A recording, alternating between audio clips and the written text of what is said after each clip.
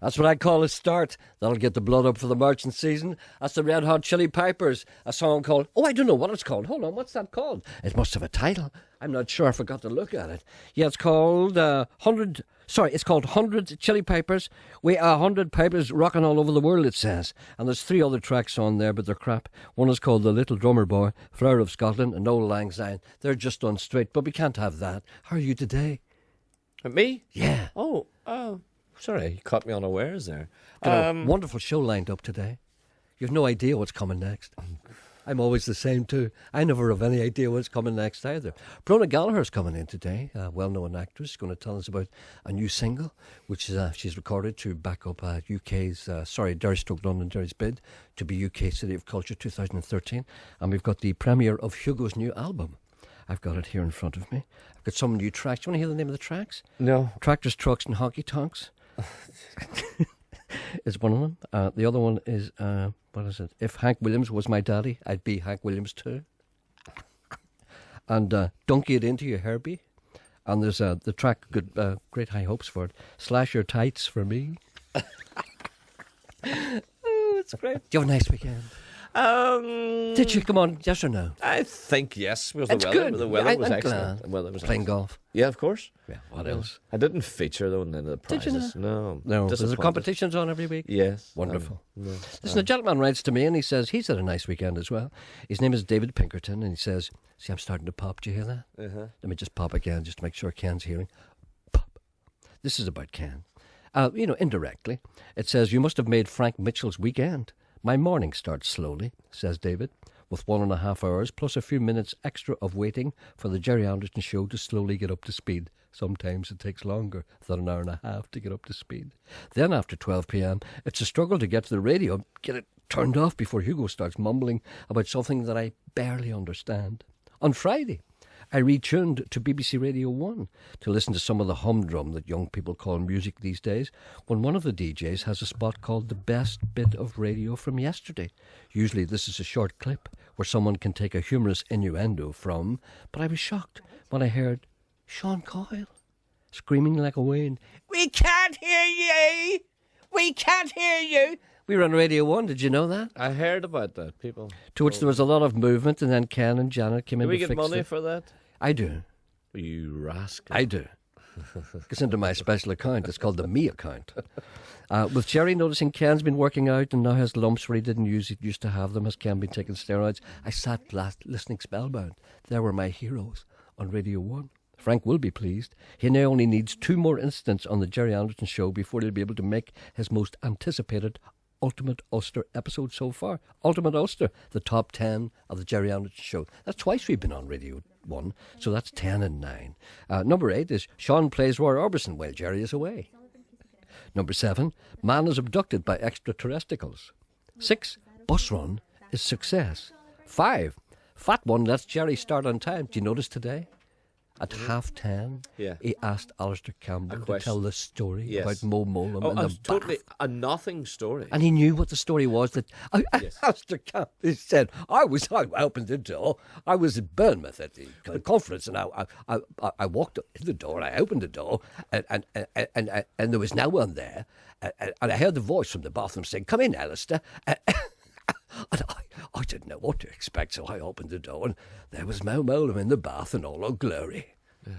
That's it. He overran for that. Yes, but they asked... He knew exactly what he was doing. Alistair about funny things that happened during Tony Blair's tenure, and he gave that as one of the funny things that happened. This is to make you help you buy the book. Well, I've already ordered it on Amazon on the strength of that story. And another strange and funny thing that happened too was one time there was a crisis going on, and he was asking Tony Blair, about it. Uh-huh. And guess what Tony Blair was doing? What? This is hilarious now. Oh, let me guess. What? He wasn't strumming his guitar. Yes, isn't that so funny? Isn't that so... When he was talking about important things, he was strumming the guitar. Well, I swear, get to the top of our stairs. You've got I'll have to read about that. You've got to buy that book. 3, phone lines changed from numbers to colours. Yes. That was a milestone in the show. 5, the fat one lets Gerry start on time. We did that. 4, phone lines changed from numbers to colours. I want to change that back. Janet here today? She's not here today. Well, now that she's not here, I want to... Who's here today? You can't change it in her absence. That's the very reason why we can change it, because he's not here, and then she'll come back and she'll think that it's been ordered from above. He's off today. Who's with us today? Have we just got one woman? We've got one and a stand-in. Who's the stand-in? Oh, well, no. Who? You should know. Oh, Emma's back. Yeah. Who else? Who's behind this curtain? No, you're supposed to know. You're supposed to know the names of your staff. So I don't care who's there. Ask the person behind the curtain to lean over to see who it is.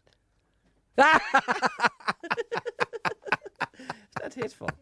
You see, he's laughing at you now. Geordie gets his bed mucked out. 3, Sean gets close to a bowl.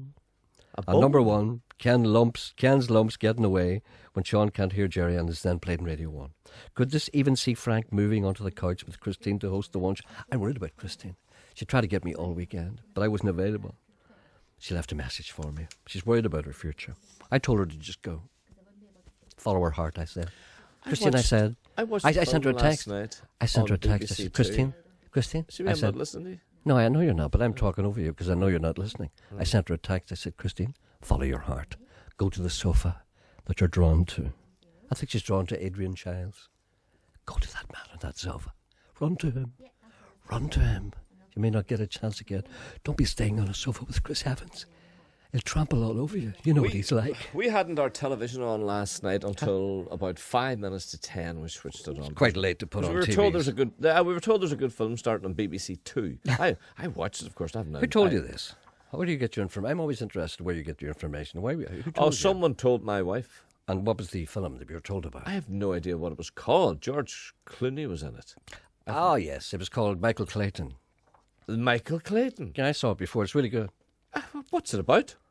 It's about a man trying to... following... You wouldn't know anything about this. No. It's a man following his principles. I couldn't. I know, it's complicated. You shouldn't watch it. Is it a John Grisham book, is it, or what is it? I'm not quite sure what the origin of it is, but it's a bit of a thriller anyway. It's about a man following... The best part about that film is the very end. Do you know what he does at the end of that film? He does this... He goes against the grain of his own instincts, basically, and he says, I have to do something right. So I won't explain the whole plot, but at the end of it... Because it's quite difficult to explain. He's a corporate person himself, right? Yeah. And he realises that the system he's in is rotten. Yeah. And there's a lot of stuff going on about him, so he decides to expose it. Almost like Russell Crowe in the film The Insider, when he turned against the tobacco bosses for whom he worked, right? Mm-hmm. So Michael Clayton's turned against his own people. And at the very end, the best part of the film is, at the very end, after he betrays everyone and gives everybody up... Is this fair to spoil the ending of this film for people? I'm not spoiling the end. There's just one thing that he does in the end. And he gets in, he walks outside the building and he realises the enormity of what he's done. And he goes over to a taxi and he flags a taxi. Yeah. And he sits down and he says to the taxi, there's $50. You know, give me $50 worth. So the guy just drives me around and he just sits in the back and the camera's on his face. It's on his face for nearly 10 minutes. It's very good. Oh, it's not 10 minutes. It's not 10 minutes. It's on his face for about 2 minutes. No, more than that. Well, it's not 10. All right, maybe 5. It's not 5. It's not 5. It's not 5 either. 6? No, less than 4.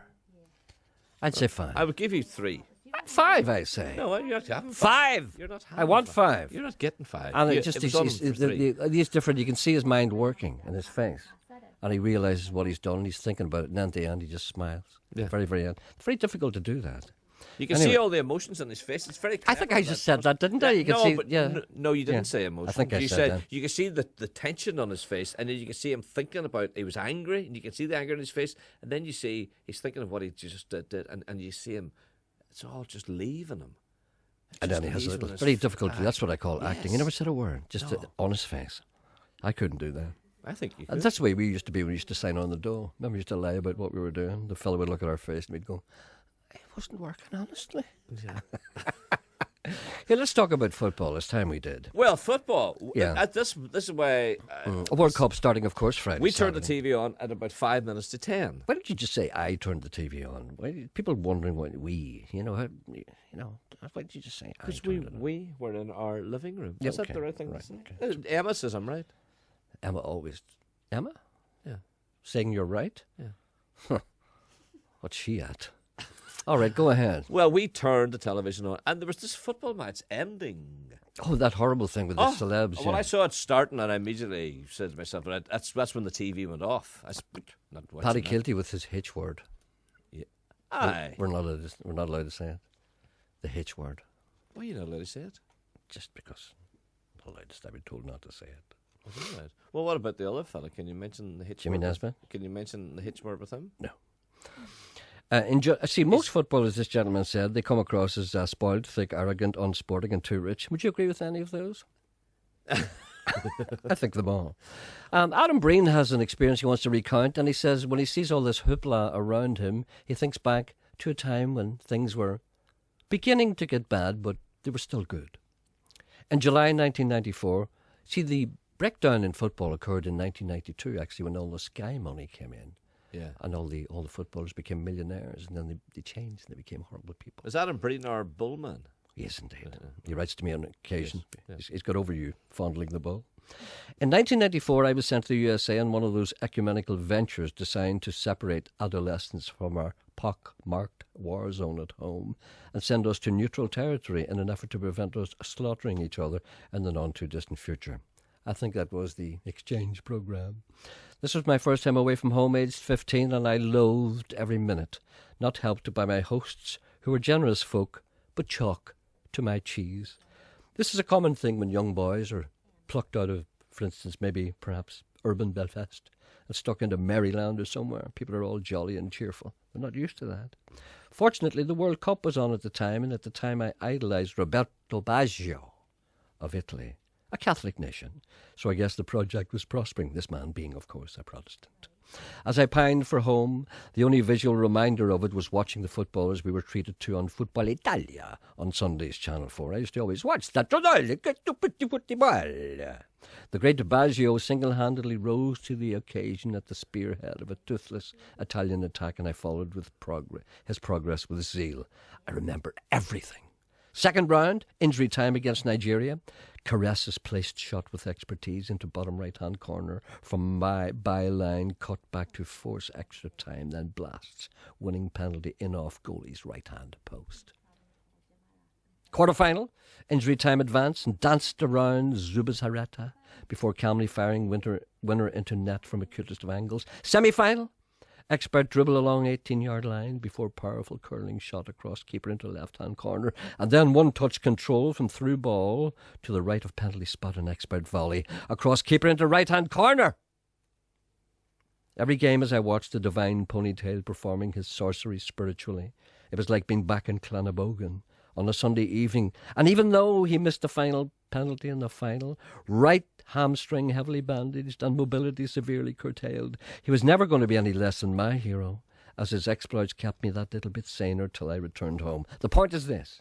This artist, this magician, embodies not only everything good about football, but what is also good about any art, and even to the untrained eye, a quick inspection of his greater works on YouTube will demonstrate the flair, the genius, the creativity seen in greats like Beethoven, Van Gogh, Muhammad Ali, and yes, Jimmy Buckley. What is this about? So I implore you, when people are turned away from iPod-wearing footballers wisely, some may say, and as they spit, dive, cheat and kick their way around the globe, there was a time not that long ago when the most beautiful creator laced on his boots to captivate a young Oma lad on the far side of the globe, a lonely lad, and kept his tortured mind occupied every 90 minutes he played, art in its purest form. Check him out, Gerry, on YouTube, only for 3 minutes. P.S. Madonna wanted to go to bed with him. Did you know that Madonna wanted to go to bed with Roberto Baggio? Could you tell me something now? Could you please? All this hype about the World Cup. Yes. Who lost in the final 4 years ago? Who lost in the final 4 years ago? France won. No, France lost. Didn't they? I don't know. I don't know. I can't remember. The other day, says Gerard, I realised I could exactly replicate the sound of hitting 2 coconut shells together by riding a horse down a cobbled street.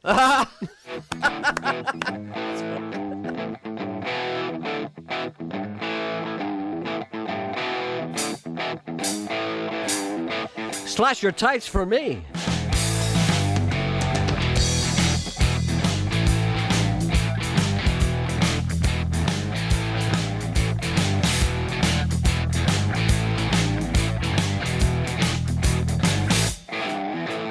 Times are changing, we're entering fall.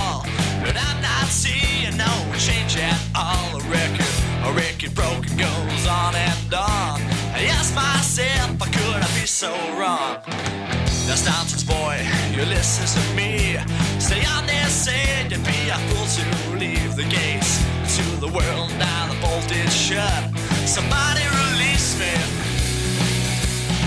from the shrub. Stand up, and face the fire. Stand up, the future is out of sight. Stand up, got to clear the road.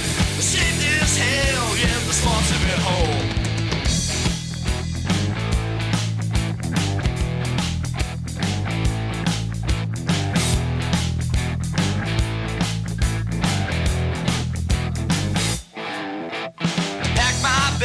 Just to hit the road, city to city, no fixed up boat. Playing 1 to 100, no, I didn't care. For once in my life, my soul was sitting out there. Stand up, and face the fire. Stand up, the future was out of sight. Stand up, got to clear the road. Escape this hell, yeah, there's more to behold. Stand up, face the fire. Stand up, the future was out of sight. Stand up, got to clear the road. Escape this hell, yeah, there's more to behold.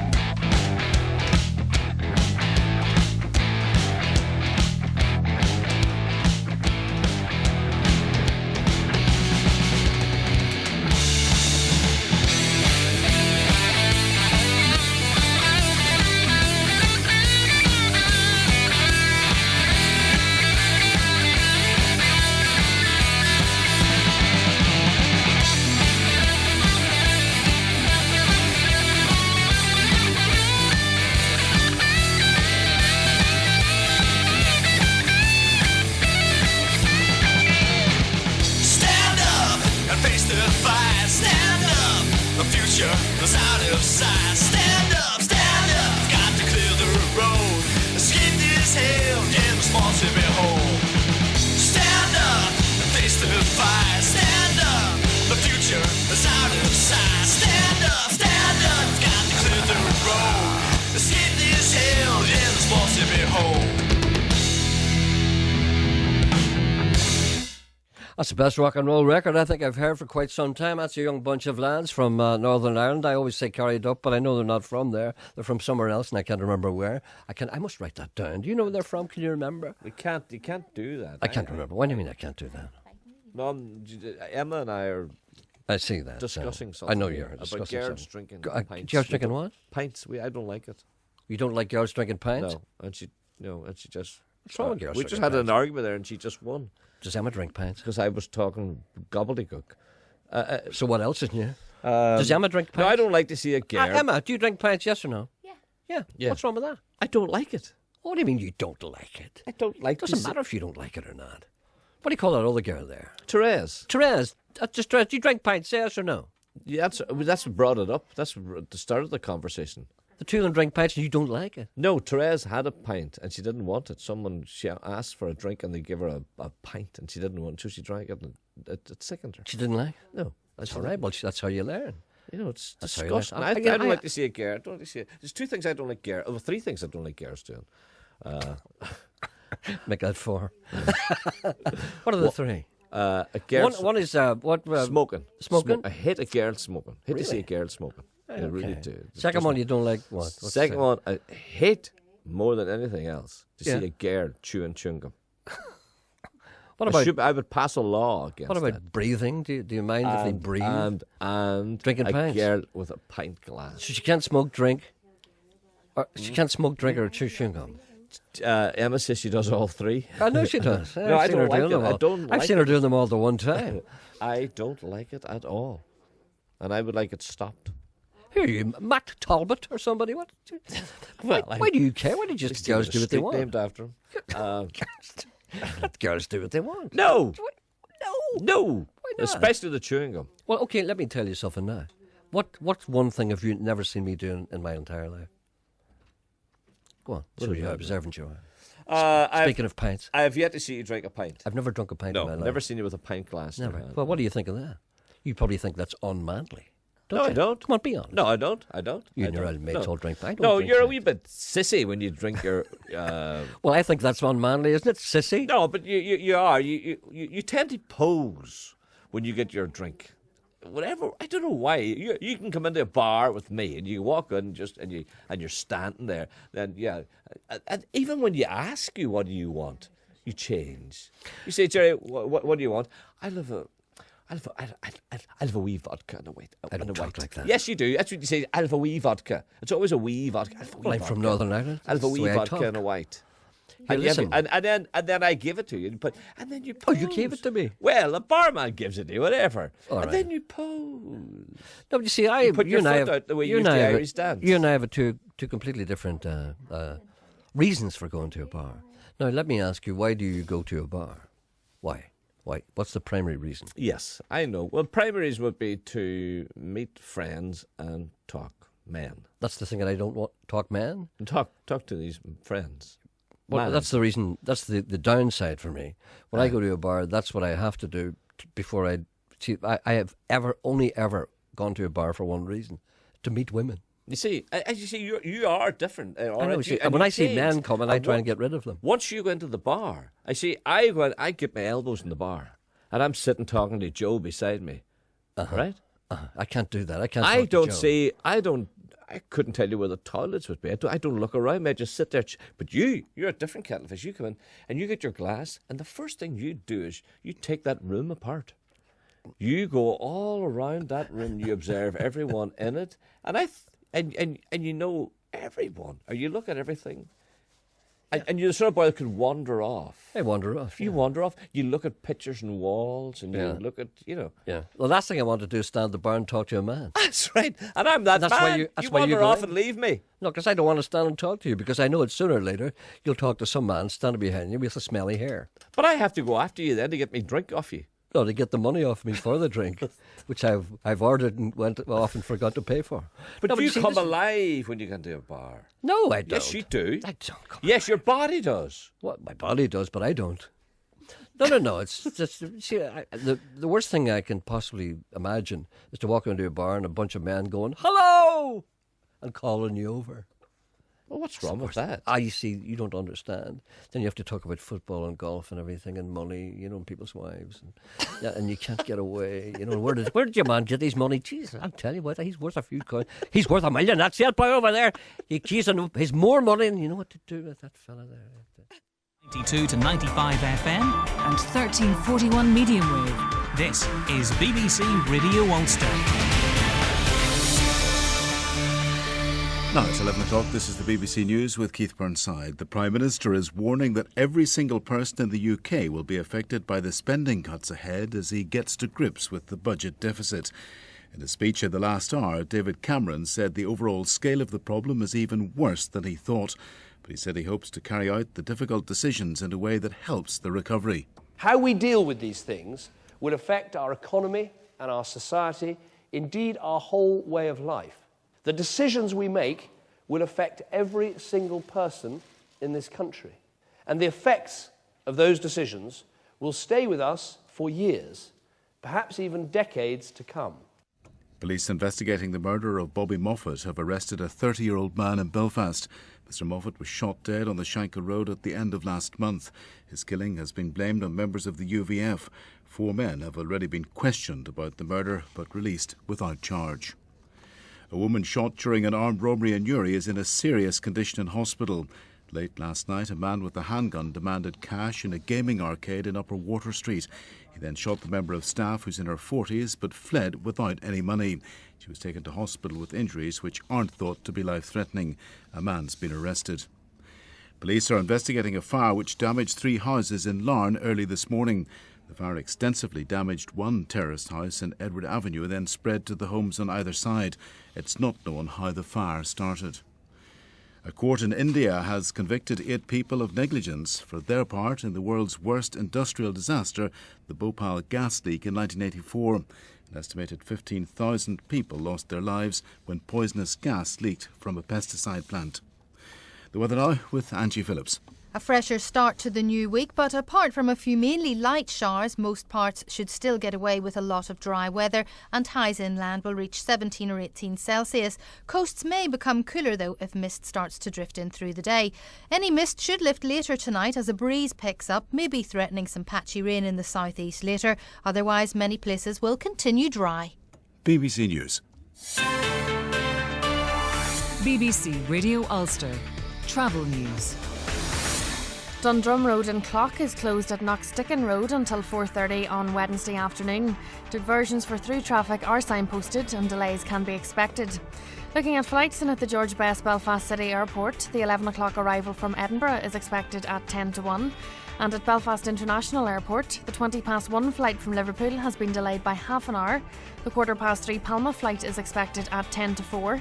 This afternoon's EasyJet flights from Barcelona and Newcastle have both been delayed until 4:15. The 4 o'clock Fara arrival is due at 5:20, and the Thomson Airways Dalaman flight has been delayed until 7 o'clock. Aileen Moyna reporting. Travel news on BBC Radio Ulster.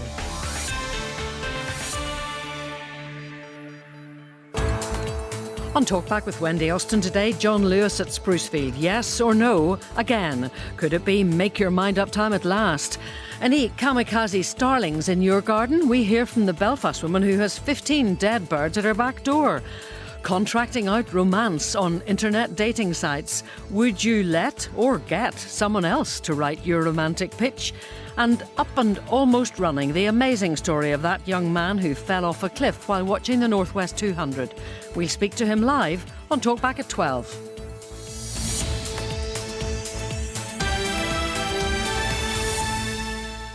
It's quite difficult to fall off a cliff whilst you're watching the Northwest 200. Have you ever done that? No. It's a very difficult thing to do. Look what you've started here. Look. What? I don't like to see girls playing guitars. There you are. You see? Or shout. No, and listen, there's more. He doesn't like girls shouting either. Yeah. You know? Not See what you started? See, what happens is that the people who think like you, they feel as if you're a friend, and they're all crazy, and they want to contact me and tell me about things they don't like. I saw Gerry being tortured by a drunk 4:30 on Friday afternoon out in the back of Boots in Belfast. He looked lovely. Drunk? I was no me. I was lovely. You understand the drunk? This boy had the bottle, you see, and he came over and he grabbed me. You know, I tried to shake him loose, but he kept holding on to me, and he followed me for about half a mile. And what do? I tried everything. Everywhere I went, he came with me. He shouting at me, what about you? And he just kept, and everybody was gathered around watching me. And I started to run, and he ran too. He kept running. He wouldn't leave me alone. He tired. Anyway, I was going to, after several texts last week, we waited to hear Barry Fleming. You didn't do it any chance this week. Oh, yes, I'll play that today, Guiding Lights. I certainly will. Please read out the names of the World Cup teams and Northern Ireland's team you read last week. I wonder if I still got that. I will if I can. And, for instance, now, I was in a bar the other day. Right. I have to change this so we don't identify the person involved. Right. What kind of thing's going on? I'm standing there and I'm talking to this guy. I couldn't get rid of him. He's saying he's standing talking to me. And then I saw this other man coming in who had obviously had some drink taken. And this man came in.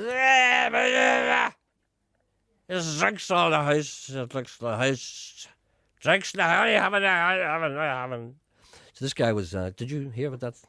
Could you translate that? Yeah, drinks in the house. Drinks in the house. See, a lot of people out there who don't drink wouldn't know what that was. Yeah. I'll just do that again. Drinks in the house. He should have been served because he's obviously drunk. Well, you see, I hope he didn't. Obviously, these are strict economic times. You take money if anybody's prepared to give it to you. That man should have been phoned a taxi and sent home. Well, he wasn't. Well, he should. Drinks in the house. What are you having? I can talk. You see, and I'm standing there, and this guy standing beside me. See, this is typical of guys in bars. And he was obviously a local man, but, I don't know anybody.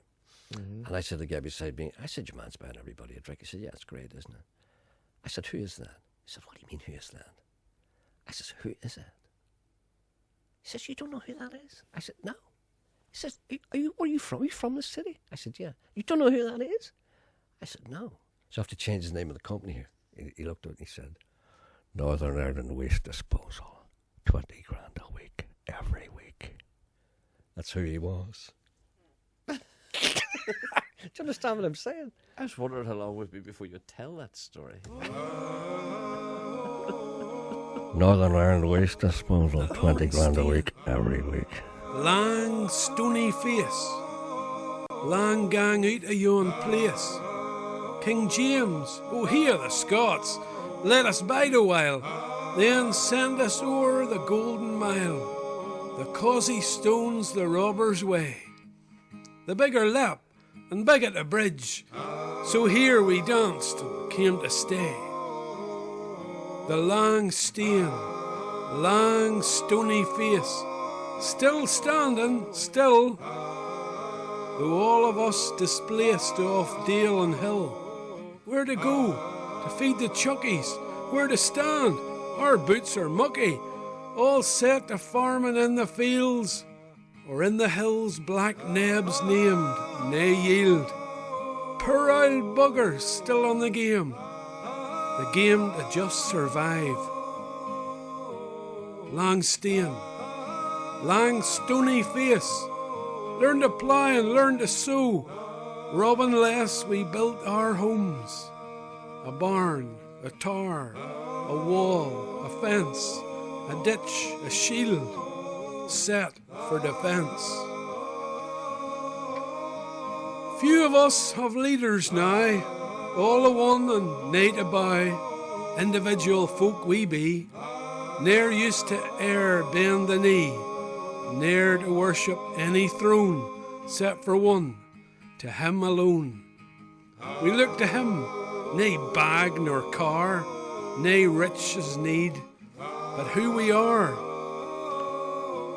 For all our riches are all at home, the wife and babbies and friendship song, to sing and play the jig and reel, a warm place, a muckle creel.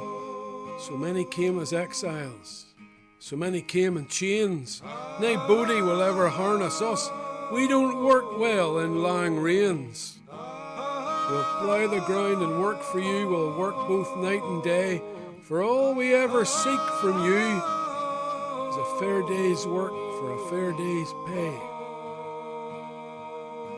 But never think we worship you, for our calling is much deeper. It flows down through our bedrock as we wake or as a sleeper.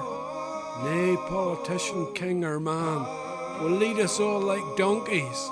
This guff is just no meaning, boy, and me, I couldn't give a monkey's. This lang stane, still standing, still, throws nae saddle shadow o'er me. It marks the sun, the moon and stars. This means that I am free. So culture vultures listen long, listen lang and hard, when Ulster Scots a hybrid, nae dull old lump of lard. A shiny dapple thing, a mongrel through and through. It is our deep held strength, you know. Where there's brass, there's always poo. So bridle up your dull old gaze and lead it up the roddens. I am proud of who I am, a mix of pins and bobbins. Not one flag will do me. You can throw them in the bin. Not one party show me could get me ere to swim. I'll keep my wee feet on dry land. I'll stand by this here stane. It was raised long before me, and by the lang stane I will remain. Cheerio now.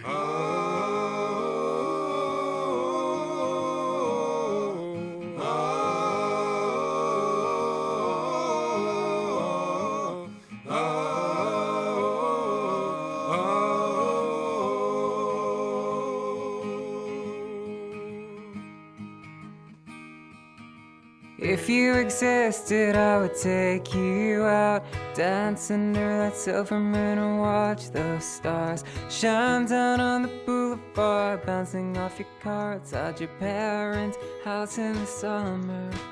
And it's a long, dark road, a long, dark road, and you can see where it goes. Why does everybody get so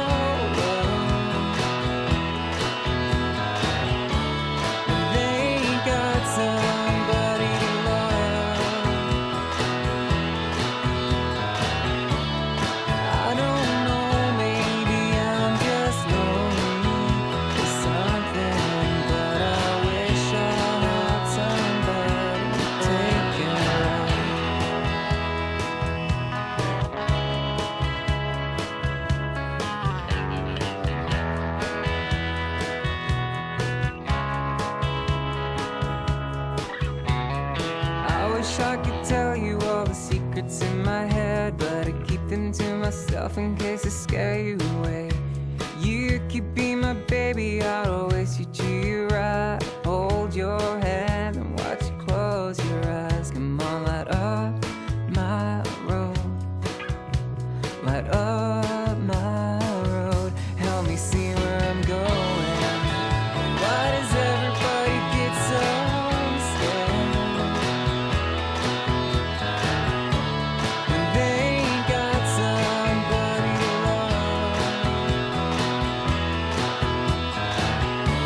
I know I'm a wishful thinker, whatever, but I wish I had somebody to take me.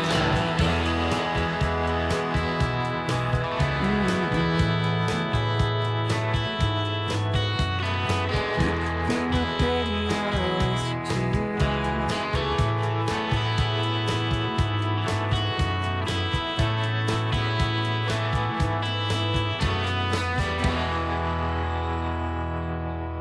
Oh, that's good. That's a couple of tracks. That first track, of course, was Stephen Hall, and that's called The Long Stone. I'll just translate that for people who speak English. That's The Long Stone. And that, of course, that last track was Erin Shanley. That's a young singer-songwriter from Northern Ireland who isn't from Crossgar. But Kirkcaldian are from Crossgar. They're not from Carryduff. Both begin with a C, you see, I'm sorry. That single is called Somebody to Take Care Of. The gentleman commenting about, did you see that football match last night, the rest of the world versus England, celebrity thing? I saw the penalty kick. It was on apparently for something like 4 hours. Oh, but 900 years. That's getting out of control, isn't it? And wouldn't you just want to strangle Dermot O'Leary, don't you? You just want to shake him, don't you? No. And it says here, Paddy Kilty was good in goals. He was quite good in goals. But he's a goalkeeper. He played for Down or somebody, didn't he? Oh, that's right. Didn't he? He was a Wee goalkeeper. rascal, I Gaelic forgot about GAA. that. Yeah, he shaped up well. Yeah, he did, yeah. But he's helped by the hitch word. Yeah. Uh-huh. There's a photograph of the other boy, and I looked at his hitch. Yeah, and it's very impressive. No, it's not. It is. It's not as. No, not the photograph. There was a report. I saw a piece of that programme last night, and he was out somewhere in Africa reporting about young children who suffer from malaria. He did a report of him out there. And his hitch word was very, very good. No, it's no. You didn't see the film, did you? Yeah, the photographs, you can't judge from photographs. Look at a man walking around. That's what you see, a man being filmed, and you look at his hitch word. I did. And did you see the film of him out in Africa? Inside a tent with a wee child sitting inside the what do you call that tent? Muslin. That's what's called a muslin tent, yeah. Muslin. Yeah. It keeps mosquitoes away. Right. And the wee baby was sitting inside. Yeah, and lovely thing, I was that busy looking at the hitch. You forgot about the child's plight. Well, that's what happens in the celebrity world. Celebrity world, if Madonna goes out there, you're looking at her bum. You're not looking at the poor people who've nothing to eat. That's what happens. Celebrity thing gone mad. I would look at Madonna's bum. Well, but you see, we're talking about normal people.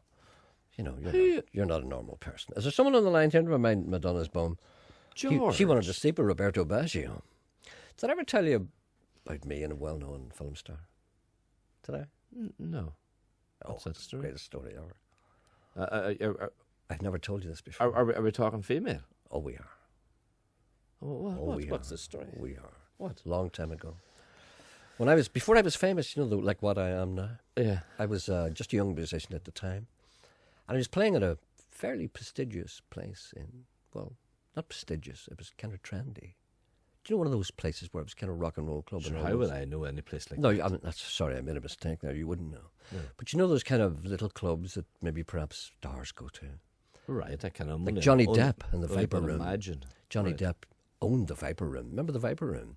Would I ever tell you about the time I was outside when River Phoenix died? Did I tell you about that? Yeah. No, I didn't. I never told you about that on air. Yes, you did. Did I? Well, all right, okay. You're just trying to stop me telling the story. No. Tell the two stories. The people out there, particularly younger listeners, are saying, he was there when River Phoenix died. I was. Go ahead, go on. It was October. It was Halloween, 1993. I was only a young lad. All right. And I was there in Los Angeles doing something in particular, and we were having a drink, and we're in a car, and we're driving down this particular street. I can't remember. Having a drink in a car?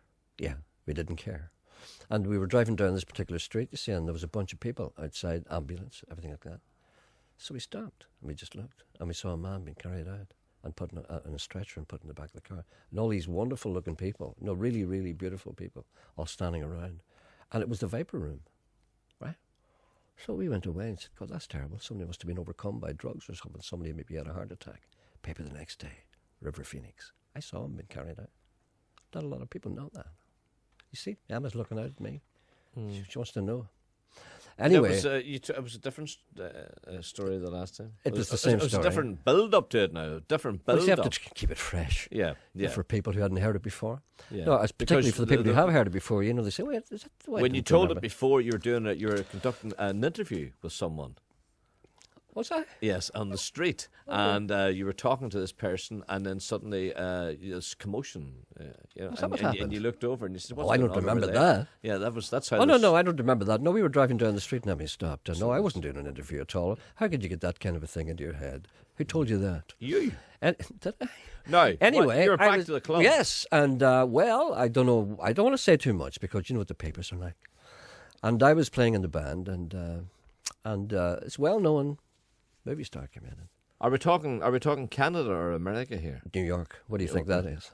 But you didn't tell us where. I said New York. You did not. I did. All right then. Okay, let me put the tape back. I was in this club in New York. So anyway, so it's okay. It's always good to have that facility. Then you know what you've said.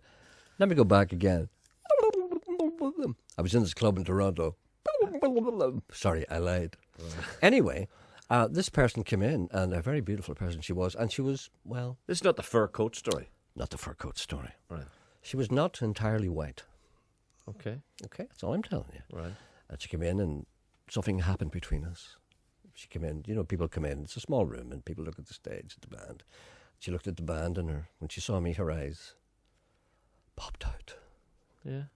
She'd been getting some plastic surgery. You enjoyed that, didn't you? Anyway, no, I just added that. It just occurred to me. No, our eyes locked, and... Yes. Well, I don't know what else to tell you. Well, just tell us what happened. No, I can't. What? You're up there... No, I was going... Which is different from... Okay. I was going... Anyway... she looks up at you and you look down at her. Our eyes locked. Right, she sits down with her boyfriend. Her entourage. Right? Her entourage. All right, she sits down. And she looks at me and she doesn't take her eyes off me. And I'm aware of this. The other boys in the band are aware of it as well, but I try to be cool. I stand there. I try to be myself. Throw a few shapes, you know. Yeah. What does that mean? Throw a few shapes. What's that mean? Pretend you're not interested. You know, lean throw over. a few shapes? Yeah, throw a few shapes. I've never heard that before. You never... Emma? Yeah. Did you ever hear that expression, throwing a few shapes? Actually, Emma, did you ever hear that? Yeah. What do you do? Will you tell him after? What do you do? Well, do you know, because you don't know anything about this, you ever stand in the bar and somebody that was aware, maybe some girl sitting down looking at you, right? And you're aware that she's looking at you. No. You kind of stand there, but no, maybe you put your hand on your hip, that kind of thing. I told you, you pose. Yeah, that's a word for it. Yeah, pose. Oh. But I had every reason to pose. And there was a little break. You know. So I went down and to the bar, and one of her entourage came over. Right. And said to me, so-and-so would like to join us at the table. Right. So I went over and joined them at the table. And I talked to her, and we exchanged some intimacies, little things about our private life, that kind of thing. And I went to the stage, and she said to me, would you like a lift home? I said, no, I've got my bicycle. I don't believe. Somehow I think you're making this up. I'm not making it up. Name the actress. I can't. No, I would, because the papers would be on to me. Let's put it this way. I had a very interesting couple of days. Let's put it that way. I don't believe a word of that. Emma not does. one Emma word. Does. No, Emma she does. does She's not. looking around the corner. No, yeah. no, she doesn't. Yeah, she wants to see this man. Yeah. No. Yeah, well, I'll tell you. If I told you who she was, you wouldn't believe it either. I don't believe it. I know you don't believe it. I don't anyway. believe it now. So. I know, but you see, that's how little you trust me. Believe me. When I tell you a lie, listen, we're on the radio now. We're not upstairs where I lie to you all the time. This is on the radio. There are people listening who trust me. I wouldn't. Do you think I'd sit here and tell a lie about something like that?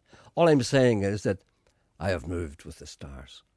That's all I'm saying. Do you remember the last time I was in a bar with you in New York? I can't remember that. What happened? Yes. Oh, You remember that, don't you? the one where none of the girls are wearing clothes? Yes. Yeah, well, That's let's it, not that's go it. down that road. Yeah.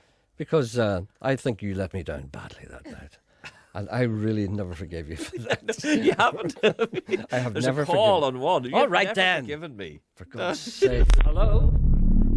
Oh, here, hold on. Hold on. Hold on.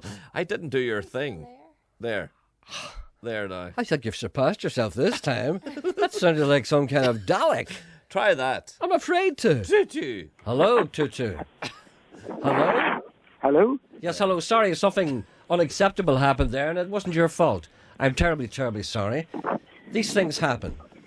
Who am I talking to? Who's this? This is George Logan. George, hello. What can we do for you today, George? I'll tell you what I'm looking for, Jerry. I don't know if you can help me or not, but normally in Northern Ireland people are quite good at sourcing things. I'm looking for old white canvas tents. Old white canvas tents? Yes, we have a Irish living history group which go around the country showing how the people lived way back in the sort of 14th, 15th and 16th century in Ireland. And we do bits and pieces in Europe and that. Yes. And funding's got low, so we're out on the scrounge to see if we can gather up an old white canvas tent for a blacksmith. We've got a new fella who's come on board. He makes all natural things with the blacksmithing shop. Yes. And we're trying to get a tent to install him in when we go out on our bits and pieces that we do throughout Northern Ireland and the whole of Ireland and in Europe as well. So, Do you do this in front of people? Do you do this for the benefit of the general public? Back to basics type of thing? yes, back to basics in front of the general public, yeah. We can do all Excellent. Good idea.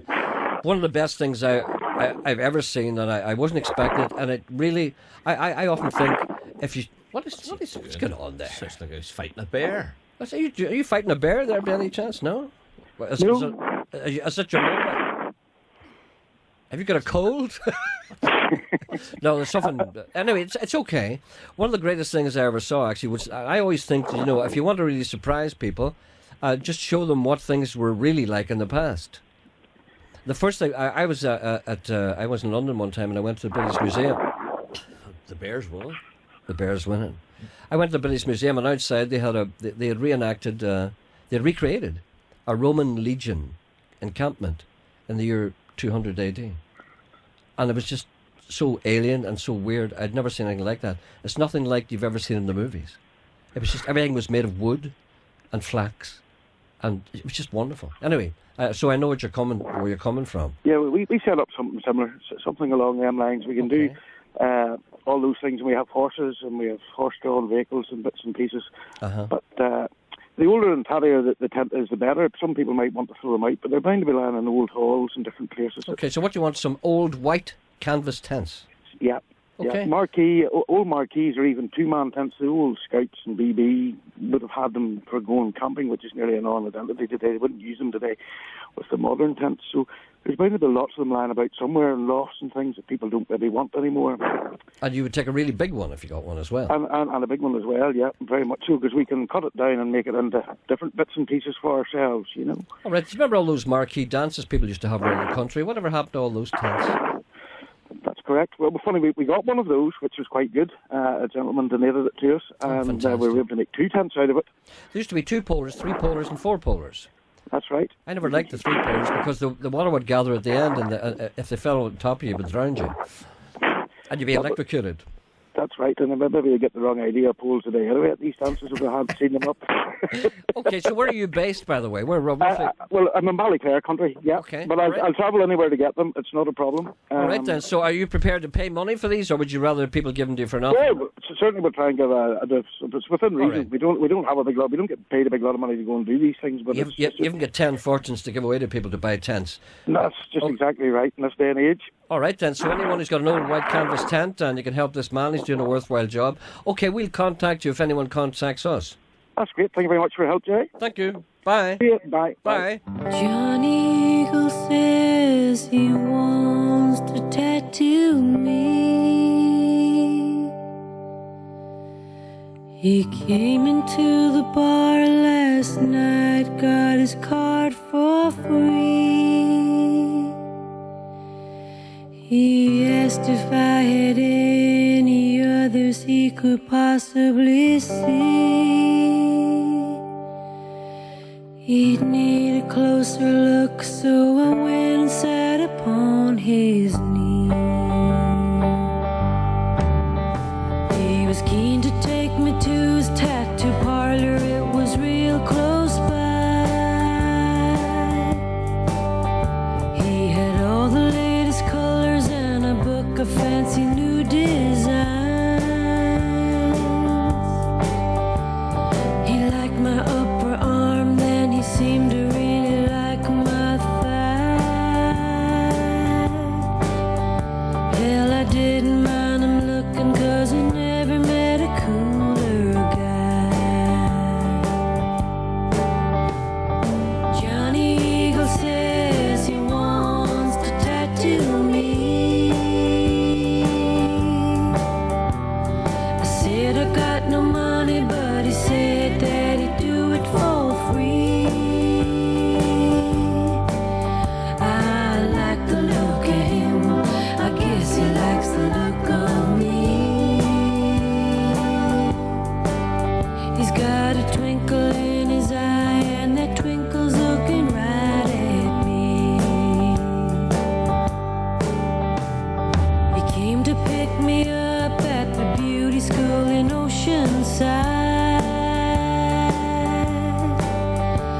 I was learning how to be a beautician in a really short time. I'd never had a fella come and pick me up there before. So when Johnny strutted in, you should have heard the jaws just hit the floor. Johnny Eagle says he wants to tattoo me. I said I got no money, and he said that he'd do it for free. Well, I like the look of him, I guess he likes the look of me. He's got a twinkle in his eye, and that twinkle's looking right at me.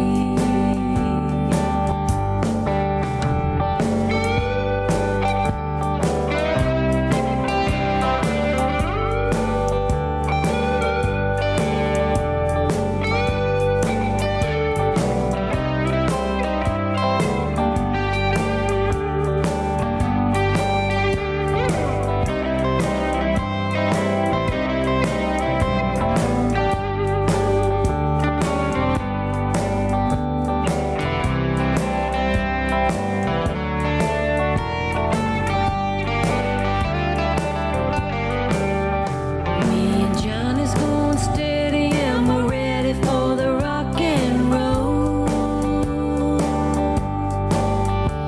And he always takes me dancing and romancing and to movie shows. Oh, and when I woke this morning, Johnny Eagle was there on one knee, with the diamond in his hand and a tattoo saying, "Marry me." Johnny Eagle says he wants to marry me. I said we got no money, he said, "Honey, don't you know love's free?" Well, I like the look of him, I guess he likes the look of me. He's got a twinkle in his eye, and that twinkle's good enough for me. He's got a twinkle in his eye, and that twinkle's good enough for me. Yeah, he's got a twinkle in his eye, that twinkle's good enough for me.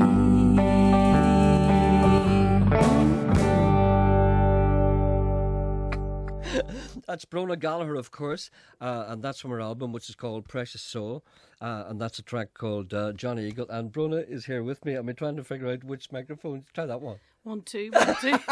the United Nations, all the microphones in front of me. Brother Gallagher, nice to see you. You too, Gerry. How are you? I'm all right. That's, people would be surprised when you're particularly known as an actress. Of course, we became aware of you for the first time in The Commitments, which is nearly 20 years ago. It'll be 20 years next year, yeah. Oh. We shot it 20 years ago and it came out, when was it, 2000? That's about came 2000. out 1990 we shot it. Aye. In actual fact, it is 20 years ago. Aye, it's 20 years out. But you look the same. I know I've had a lot of work. And we were aware of you before that because you used to work in this programme. I worked here when I was 16 on my school work experience from St Mary's. I did indeed. Yes. Running around making Colin Buckle and new coffee. That's To right. beat the band. That's all I did, really. Emma and Therese in there. This is what can happen. Sean, tell those girls, stick with me, girls. You'll be wearing diamonds in your toes. Oh, what about me? No, but you see, this is what I want to ask you, Brona. I want to act. Sorry, it's too late for you.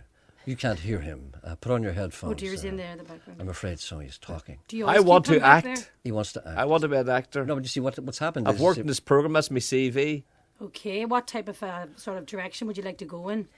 Downwards. Okay. One of the things that we've noticed in this programme is that the people like yourself, now you've worked in this programme, you've done the great things, you were in Star Wars, you were in Pulp Fiction, and most recently you were involved in one of the most successful plays in the West End for a long, long time, called War Horse. Yes, I was. You know what it's called here in Northern Ireland, don't you? No. War Horse. War Horse. War Horse. I mean, War Horse, that's yes. a fantastic thing, but tell me what that was like.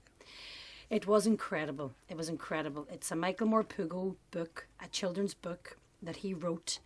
I think he has written 69 books, Michael. Yeah. And it's a beautiful story about a little boy and his foal.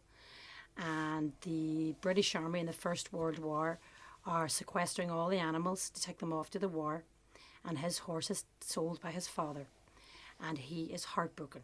Yeah. And he takes himself off from this sort of quite a dysfunctional family. I was the mother, and lovely actor Colin Mace was the father, and a young actor, Kit Harrington, played the lead. He's a fantastic young actor, doing very well now. And he runs away from home and breaks my heart and goes and finds his horse. But the horse was actually played by a puppet. So they're handmade, stunning puppets that had been made by the South African Theatre Company, hand-sprung, and they made them in the style of sort of the industrial wheel and the revolution, the whole art of that time. Kind of like the Wicker Man. Yeah, very much so. I mean, when you actually sat down and they explained their designs to you, you realised just how amazing and how talented these guys were. But the puppets actually moved like a horse. I know it's very hard to imagine it, but there was 3 puppeteers, one on the head, very skilled guys. I mean, a lot of them sort of dance backgrounds, but and then two gentlemen inside. And actually one of the horses, it was a girl at the end, Laura. They were the stars of the show. And people just, after a few minutes, the puppeteers would literally disintegrate in front of your eyes, and all you would see was this horse. And the actual language that they communicated was so powerful, the horses, that I think what they did, actually, the National Theatre, they kind of crossed over language barriers in theatre. And for something so profound to move you, so emotional, people just surrendered. It just sat back. I mean, the whole audience would cry. It was hugely successful, undertaken for the National. It was it started in the National. It started in the National as a workshop. Yeah. And it was actually, like all great jobs, it was the mother of the director that suggested the book. Yeah. Tom Morris's mother. She said, "You should do this book. It's a wonderful children's book." I think she'd got it for one of her wee grandchildren, and he thought, "Oh, hello." And he had a wee nosy of the book over the weekend, took it into a workshop, and they started workshopping it for about 2 years. And then they got these very skilled puppeteers in, and they started making it, from broomsticks and all sorts of stuff. And then, obviously, they were built in South Africa and they were shipped over.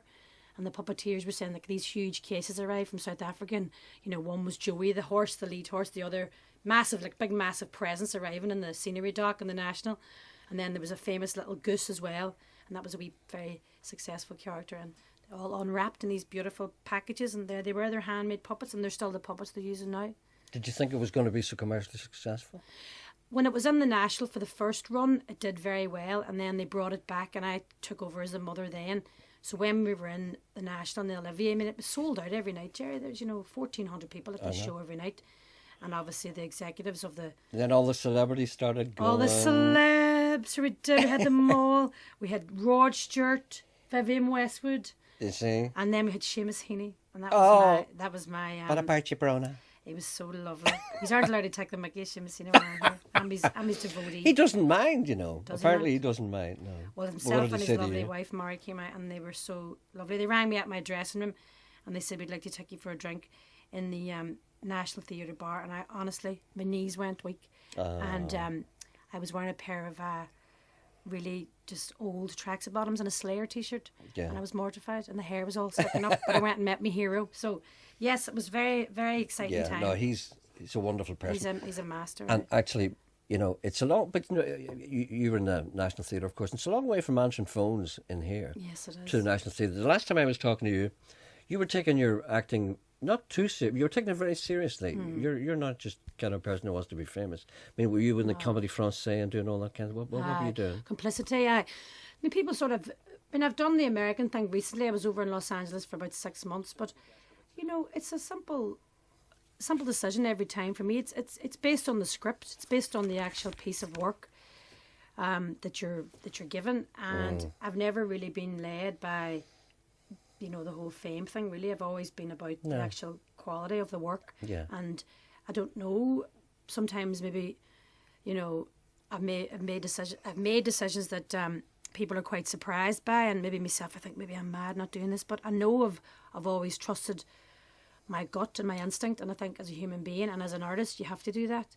And I've been, you know, slightly reprimanded. Sometimes people say, you know, you're making a wrong decision if there was a big movie and maybe just a small part, but I know that, you know, without taking yourself too seriously, but this is a really amazing piece of theatre. It's a really amazing play, and those things do stand to you in the end. People do remember you. You know, that's the way this business works. You never know what you say or do runs out of effect, and I think that's right. I'm on it for the long run. You know, I want to be acting, you know, when I'm in my 80s and 90s, and that's what I love about the business. I think what you have to do is you have to accept that, you know, it's something that you can... What's that? Sorry, it's the machine. That's Hold on a minute. Can you people not say we're talking here? Who? I forgot we were on the radio there. I thought we were just sitting here. What are you talking about? Somebody's printing stuff out in that printer. Stop doing that. It's very rude. That's my fee. Excuse me. That's my Excuse agent. me. That's some Kenneth who says, I saw Warhorse in London in November. Absolutely stunning. And that's why that was sent in to you. Thank you so much. Yes, bro. He's just a cheeky wee brute, bro. That's all. Sorry, cheeky wee brute, yeah. Me? No, him. No, he's talking about But you. you do Stop get on calling... very well. Do you socialise outside of the No, office? I hate Not him. at all. No, I wouldn't. I don't know where he lives. You're the most you're the most brilliant dysfunctional couple I know. It's wonderful hearing you. You're great. I hate him. Listen, one of the reasons you're here, we're not here to talk about you, really. They're not, and I don't want to talk about me. I know you don't, but I'm making you do it. It's all right. You've made a little record because you're very much behind Derry/London, Derry's bid to be UK City of Culture 2013, as I am myself. Absolutely. And I know you've been doing a lot of stuff, and you've recorded a song with Paul Casey. The wonderful Paul Casey and I had a little brainwave about 2 weeks ago when I came back to Derry. I said, do you know what? I think we should write a little song just to mark the occasion. Mm-hmm. It's a little offering to celebrate the opportunity that we have as a wonderful city, which I believe is a city of culture anyway. Yeah. And I just think now we have to go forth in our masses and organise ourselves. Yeah. And my feeling and my hopes today, and have been for the last 2 weeks, with the song on my shoulder here, are to create opportunities for the young people in this city that want to play music, that want to play rock and roll. We've all played it, Gerry. You yourself, you know, you've been involved in this world for many years. And the talent and the potential, it's never been an issue of talent in Derry. It's just always been facilities for young bands to rehearse, to perform, to have access to actually learning the business side of things, which is just as important as having a good song in your pocket. So on Thursday night, myself and about 25, 30 young musicians from Derry, we had a wonderful meeting up in the Millennium Forum. They very kindly gave us a room there. Helped organised by the City of Culture bid and Mark Patterson, who promoted it for us last week. That's Mark from Radio Foil. Mark from Radio Foil. And we had a wonderful meeting where I think we sort of really, to think of a better word, we set up a little collective, and we are now going to storm the powers that be, and we're going to try and get ourselves a little rehearsal space this summer now for young bands that want to come through, hopefully subsidised. So anybody out there that has any musical instruments or amplifiers or anything that they don't need in their shed, please get in contact with me via Radio Fall, she says cheekily, or the City of Culture bid, because, you know, you might have an old drum kit up in the attic that your daddy used and it's not used anymore, and instruments should not be in boxes. So I think we are going to set this up, and we've organised a bus run, because I love a good bus run, being from Gerry. Lemonade and buns. Lemonade and buns, and up the back of the bus singing. And we're going to go up and see what the Oh Yeah Centre have done in Belfast, because I've been working with Stuart Bailey and Charlotte there for quite a few years now, when they do their gigs to raise awareness. And we're going to set up something in Derry, because if the City of Culture bid doesn't come in, which I don't see why it shouldn't, that there's still something there in place, that there's not a big downer then, because we need to now focus. We have so many talented young musicians and songwriters in this town, and they need to be taken seriously.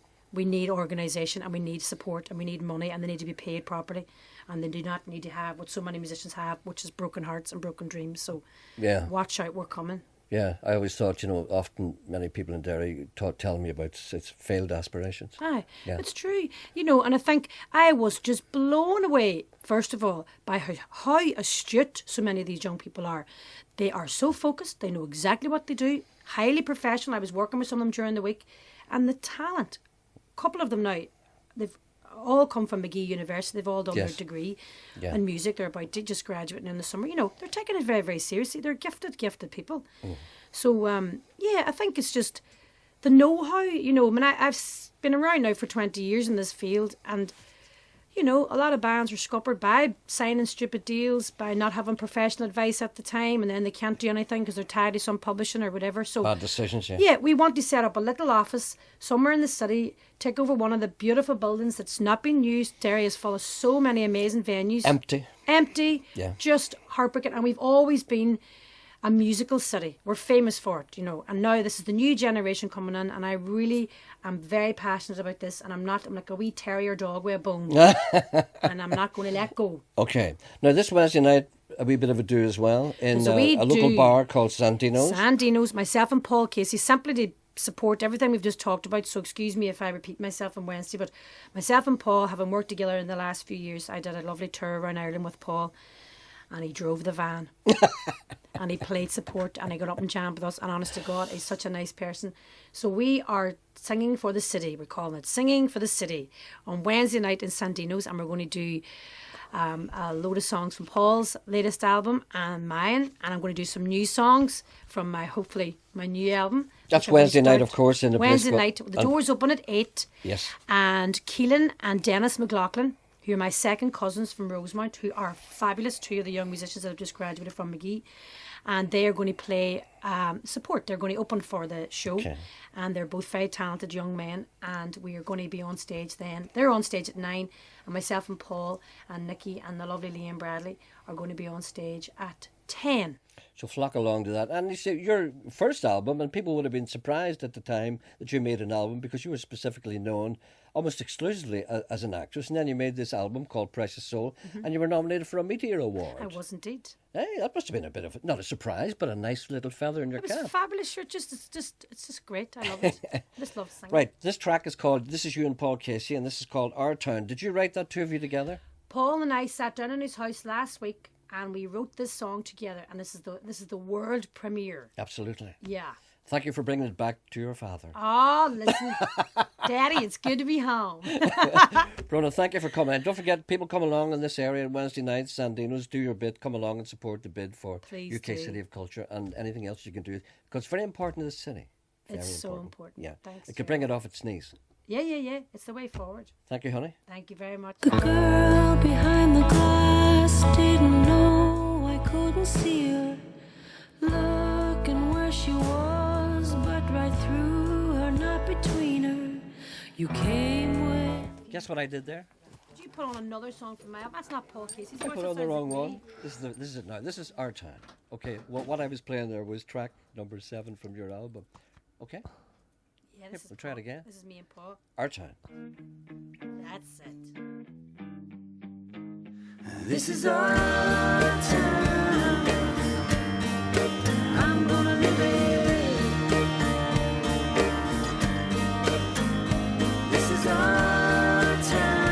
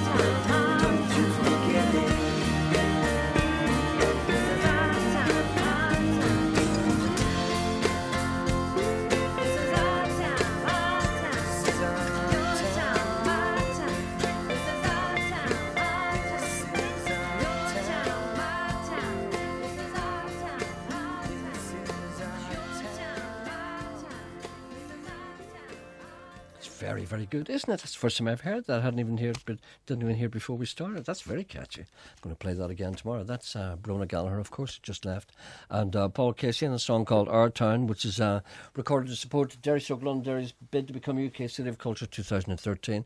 If you want to go along and support that, you can see the two of them and other guests in a well-known bar in Gerry Londonderry called Sandino's. Have you ever been in Sandino's? No. It's not for you. But when did you come down then? I have, of course I have. No, you haven't. I have. Have you really? Yeah, of course I have. Fall in the door? You don't want to be me to be on it, you see. No, I don't want you to be in it. No, No, because if you go there, all the people that you talk to will go too. Anyway. By the way, I'll be there myself on Wednesday night, comparing. I got good news there. What's that? From Brona. Uh-huh. Do you want to share it with the people? She's taken me under her wing. She's going to teach you how to act? Yes, she thinks I've got potential. Well, you see, didn't get a chance to explain to her that... She was hoping she could have had a little master class on the radio with you, but it didn't happen. But she said, with your permission, she would like that to come back onto the show and teach us how to act. I've told her our plans for the remake of 12 Angry Men, and it's her favourite film. And she says she would love to take part of it. And you're playing the part of Henry Fonda. I'm playing the part of Lee J. Cobb, but I don't know how to be angry. So Brona's going to teach me how to be angry. I'll make you angry. I know how to make you angry. So she's whenever she's back in town. See, that's one of the things that has always disturbed me about this programme. I mean, we've been here now for some time, and you've been in there for some time, and I've been sitting here for some time, and we've watched them come, we've watched them go. Brona came in here, and then suddenly she went away and became a star in Hollywood. And then Colin Murray comes in here, and then he goes way off, and he's doing the World Cup. And all kinds of people come in and they leave here and they do wonderful things, and we're still here. No, but she said... We're still here. Brona said she's been... Don't you hear what I'm saying, John? We're still here. She thinks I've got potential. No, it's too late for us. No. What did we do wrong? We're just too busy drinking, looking at girls. It's too late for you. It's not too late for me. It's too late for you. I think I'm going to flower late. No. I'm like a geranium. I've got potential. You've no potential. You're dead inside. You have been for 20 years. I hope you don't mind me saying that, Sean. I wasn't pantomime. So you were. Listen, there's something I must do before we carry on, and it's Gerry. Oh, sorry, this is. Do you know something? I think I actually was on stage with Brona Gallagher. I think you were actually. I think I was. Yes, yeah, you wandered. Why am I not talking about that? Because you don't know. You forgot it. No, we have just time for our sociology spot. It's There's involved. a man. What? There's a man. I'll do that tomorrow then. The man needs attention. I think so. Right away. I think so. Where is he? He's on one. Is that Red? That's Red. Hello, Red. Hello? Yes, who's this? I'm more blue actually than red. I'm terribly sorry. No, it's all right. No, it's quite strange. I happened to be listening to Sarah Kennedy this morning as usual, and she said that she usually has a bit of banter. I mean, first of all, with the newsreader, Alan Dedicoat, and then with the woman who reads out the travel news, Lynn Bowles. Yes. But this morning she didn't, because she said she'd been told by management not to speak to them. Oh, really? She said that she was told she was not allowed to speak to people. Oh, right. Yes, so I wondered. I mean, just going to say, have you had any news from the suits? I mean, have you been told not to speak to the Nolan boy? Or? No, but anything that starts in England normally spreads here. I'll probably be told soon. Oh, yes, no. right. I'm going to stand. I'm going to make a stand here. I'm going to talk to the fat boy. I like the fat boy. I enjoy the way I thoroughly enjoy the. But you know why I like him? No, I like him. He's so predictable. I thoroughly enjoy the changeover between the two of you. No, I enjoy it because I'll tell you why. Because he's thoroughly predictable. He's selfish, vain, and greedy, and makes no effort to hide it. That's why I like him. Yeah, but I mean, there's always a bit of banter which brightens things up a bit. There's a great danger that we'll become too clinical and we'll become too artificial. We'll be all like people sitting in dentists' waiting rooms. We're listening to radio for entertainment. I mean, not to be told what to do or anything. You know? Chris Evans is the start of it. Chris Evans always starts everything bad. When he there should be a public hanging of Chris Evans. No. Just torture him a little, and no need to kill him. Yes. Well, I would pay for that. Stop that. We can't be going for public execution of radio presenters, because who knows? Well, what about the firewall? I mean, no, stop that. Right, go away now. Thank you. Goodbye. Speaking of that bar I was talking about, Sandino's. This is the same again. Sorry.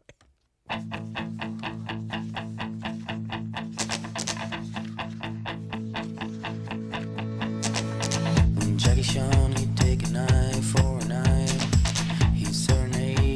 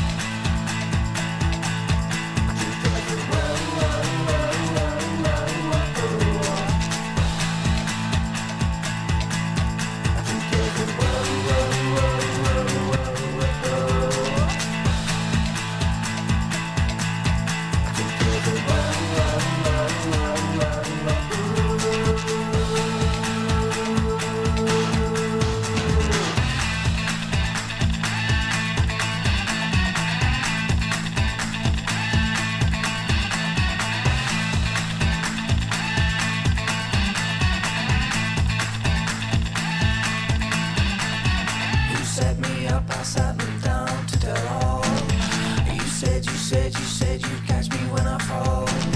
You took a smile, you gave it back a long way round. You didn't move, I didn't blink. Just say, whoa, whoa, whoa, whoa, whoa, whoa, whoa.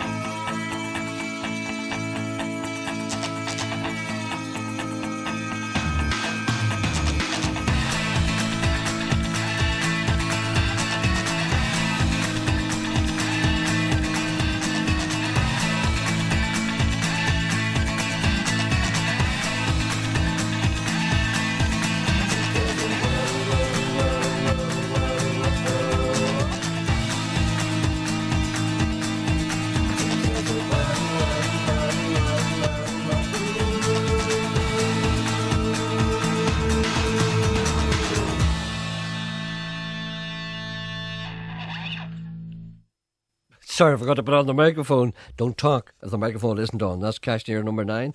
Those of you who went to see Snow Patrol in Ward Park and Bangor and Saturday will realise that they were the support band. You can see them in Santino's this Thursday night in Derry Stroke Londonderry along with Little Hooks. Back tomorrow.